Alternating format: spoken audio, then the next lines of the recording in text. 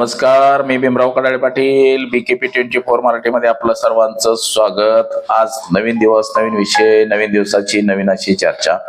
आज चर्चा घेऊन आलोय म्हणजे अखेर उद्धव ठाकरे आणि राज ठाकरे यांच्या युतीची काल घोषणा झाली. एका हॉटेलमध्ये संयुक्त पत्रकार परिषद घेऊन त्यांनी युतीची घोषणा केली आणि या युतीमुळं भारतीय जनता पक्ष एकनाथ शिंदे यांच्या पक्षामध्ये मात्र सन्नाटा पसरल्याचं आपल्याला दिसलं. किती जरी भारतीय जनता पक्षाने वल्गना केल्या किंवा एकनाथ शिंदेनी वल्गना केल्या, मुंबई आम्ही जिंकू जिंकू जिंकू, परंतु ठाकरे बंधूंनी जी मराठी माणसाला जी साथ घातलेली आहे ना, अभी नाही तो कभी नाही, मुंबई ही गुजराती माणसाच्या ताब्यात जाईल. किती जरी भाजप म्हटलं असतं की हिंदू महापौर होईल, परंतु तो गुजराती सुद्धा हिंदूच आहे, UP बिहारीवाला सुद्धा हिंदूच आहे. पण मुंबई ही मराठी माणसाची आहे, मराठी महापौर होईल असं भारतीय जनता पक्ष कधीच म्हणत नाही. याचा अर्थ असा आहे की मुंबईमध्ये जे प्रस्थ वाढलेलं आहे गुजराती मारवाड्यांचं, बाहेरच्या लोकांचं, उत्तर प्रदेश, बिहार, UP या लोकांचं, तर या लोकांचा पाठिंबा आपला कुठंतरी कमी होईल. त्याच्यामुळं हे भारतीय जनता पक्ष कदापि म्हणत नाही की मराठी मुख्यमंत्री होईल. तर त्याच विषयाची आज चर्चा घेऊन आलो मित्रांनो. तर चला, सर्वप्रथम आपण जर चॅनल सबस्क्राईब केला नसेल तर चॅनल सबस्क्राईब करावा ही सर्वांना विनंती. आणि चला चर्चेला सुरुवात करूया. बघा, महाराष्ट्र राज्यामध्ये आणि जास्त करून शिवसेना आणि महाराष्ट्र नवनिर्माण सेनेमध्ये उत्सुकता लागून राहिली होती कार्यकर्त्यांना की ही युती होईल का नाही, होईल का नाही. त्यातच भारतीय जनता पक्ष आणि एकनाथ शिंदेची शिवसेना सुद्धा गॅसवर बसली होती, आशेवर बसली होती की ह्या दोघांची युतीच होऊ नये. मनसेचं आणि शिवसेनेचं मतविभाजन झालं तर भारतीय जनता पक्ष सत्तेवरती येईल असं काहीच वाटत होतं आणि त्याला कुठंतरी हडताळ फासला या ठाकरे बंधूंनी दोघांनी. आणि काल ठाकरे बंधूंनी एका हॉटेलमध्ये या युतीची घोषणा केली. आणि या ठिकाणी बघा, निवडणुकीच्या तोंडावर शिवसेनेचे बाळासाहेब ठाकरे गट आणि महाराष्ट्र नवनिर्माण सेना या गटाचे दोन्ही प्रमुख उद्धव ठाकरे, राज ठाकरे यांनी BMC म्हणजेच मुंबई महानगरपालिकेच्या निवडणुकीचं रणशंग फुंकलं आणि एकत्र येऊन मुंबई जिंकण्याचं लोकांना आवाहन केलं. अभी नाही तो कभी नाही असं म्हणत प्रतिस्पर्धींच्या राजकीय खात्म्याचा निर्धार करत मुंबईतील मराठी माणसांना एकत्र येण्याचं आवाहन या दोन्ही ठाकरे बंधूंनी केलेलं आहे. आणि जे लोकांना वाटत होतं की आपली युती म्हणजे ठाकरे बंधूंची युती होईल का नाही, होईल का नाही असं जे वाटत होतं, ते मात्र आता कुठंतरी युतीची घोषणा झाल्यामुळं भाजप आणि एकनाथ शिंदेची शिवसेना यांचा जो विजयाचा मानस होता हा कुठंतरी आता कॉन्फिडन्स कमी झालेला आपल्याला दिसतोय. शिवाजी पार्कवरती बाळासाहेब ठाकरेंना अभिवादन करून या युतीची घोषणा करण्यात आली. तसंच संयुक्त मेळावे म्हणजे 6 संयुक्त सभा ह्या ठाकरे बंधू मुंबईमध्ये घेणार आहेत. म्हणजे मुंबईचा सगळा भाग पिंजून काढणार आहेत. मुंबई राज ठाकरेंनी तर निम्मे अर्धीच्या वर पिंजून काढलेले आहे. सगळीकडे कार्यक्रम सभाचा धडाका सुरू होणार आहे. त्यातच निवडणुका लागण्याच्या अगोदर सुद्धा दोन्ही शिवसेनेच्या नेत्यांनी मुंबई ही अक्षरशः पिंजून काढलेली आहे.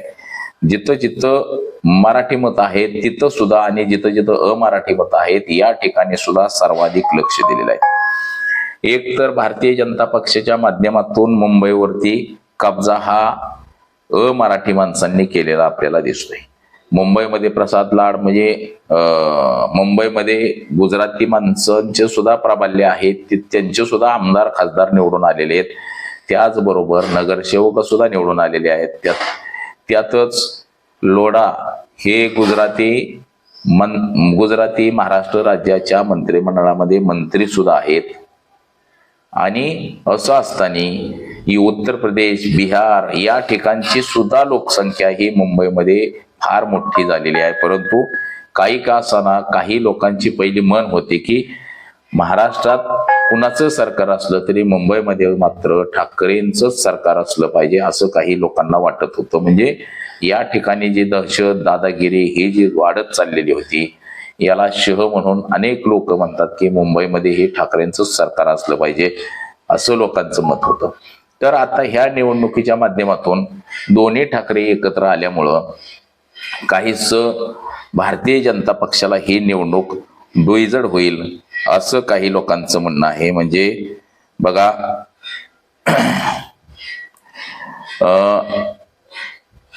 महाराष्ट्र नवनिर्माण सेना आणि उद्धव ठाकरे यांची शिवसेना हे दोन्ही संघटना वेगवेगळ्या लढल्यामुळं गेल्या निवडणुकीमध्ये भारतीय जनता पक्षाचे 82 नगरसेवक निवडून आले होते, तर शिवसेना ठाकरे गटाचे 84 आले होते आणि ठाकरे गटाचे 2 मतांनी 3 मतांनी 4 मतांनी असे नगरसेवक पडले होते. तर ते पडले होते म्हणजे महाराष्ट्र नवनिर्माण सेनेमुळे पडलेले होते. म्हणजे गेल्या वेळेस मनसे ही स्वतंत्र लढली होती.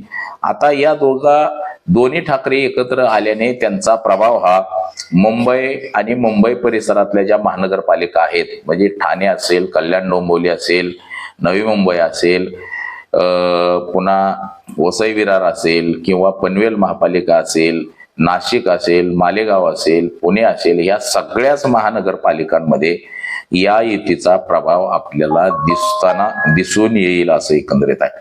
आता इतर ठिकाणी मात्र महाविकास आघाडी म्हणून हे सगळे लढतील आणि मुंबई परिसरातल्या ज्या सगळ्या महापालिका आहेत, औरंगाबाद असेल, नाशिक, मालेगाव, ह्या ज्या सगळ्या महापालिका आहेत ह्याच्यात मात्र दोन्ही ठाकरे एकत्र निवडणुका लढवतील आणि भारतीय जनता पक्षाला ही निवडणूक यामुळं अवघड जाईल. एकनाथ शिंदे यांच्या शिवसेनेला सुद्धा अवघड जाईल. ज्या वेळेस दोन्ही ठाकरेंच्या मताचं विभाजन होतं त्याचा फायदा नेमका एकनाथ शिंदे आणि भाजपला झालेला आपण पाहिलेला आहे. परंतु आता हे दोघं एकत्र येण्यानं खरंच ह्या दोघांचा फायदा होतोय का पुन्हा देखील भारतीय जनता पक्ष आणि एकनाथ शिंदेचा फायदा होतोय हे सुद्धा आता बघणं गरजेचं आहे. म्हणजे दोघांची युती झाली आणि या युतीमध्ये चुकला तर संपला म्हणत मुंबईतल्या मराठी माणसांना दोन्ही ठाकरे बंधूंनी साथ घातलेली आहे आणि एकत्र येऊन निवडणुका लढवतोय आणि ह्या निवडणुका सगळ्या तुमच्यासाठीच लढवतोय असं सुद्धा त्यांनी आवाहन केलेलं आहे. परंतु खरंच मुंबईमध्ये ह्या दोघांचा प्रभाव आहे आणि या दोघांच्या युतीमुळं मुंबईतला मराठी माणूसच नव्हे तर दोन्ही ठाकरेंची सत्ता येईल का हा सुद्धा चर्चेचा विषय आहे. म्हणजे काहीच बोललं जातं आता भारतीय जनता पक्षाकडून जो प्रचार केला जातो, खास करून जे भाजपचे प्रवक्ते नवनाथ बन यांच्याकडून सांगितलं जातं की बाबा आम्हाला काहीही फरक पडणार नाही, दोन्ही ठाकरे एकत्र येऊ द्या नाहीतर अजून कोणी येऊ द्या. आता भाजपचा जो प्रचार असतो हा विषारी प्रचार असतो आणि ते नेहमी सांगतात खान महापौर होईल, खान महापौर. म्हणजे बघा जे उत्तर प्रदेशमध्ये हिंदुत्ववादी सरकार आहे, महाराष्ट्रामध्ये हिंदुत्ववादी सरकार सांगितलं जातं, परंतु आपल्या देशातून जगाच्या पाठीवरती सगळ्यात जास्त बीप एक्सपोर्ट होतं. त्यातले त्या देशातून उत्तर प्रदेशमधून 40% बीप हे सौदी अरेबियामध्ये एक्सपोर्ट होतं. आणि हे सगळे कत्तलखाने हे भारतीय जनता पक्ष आणि त्यांच्या लोकांचेच आहेत.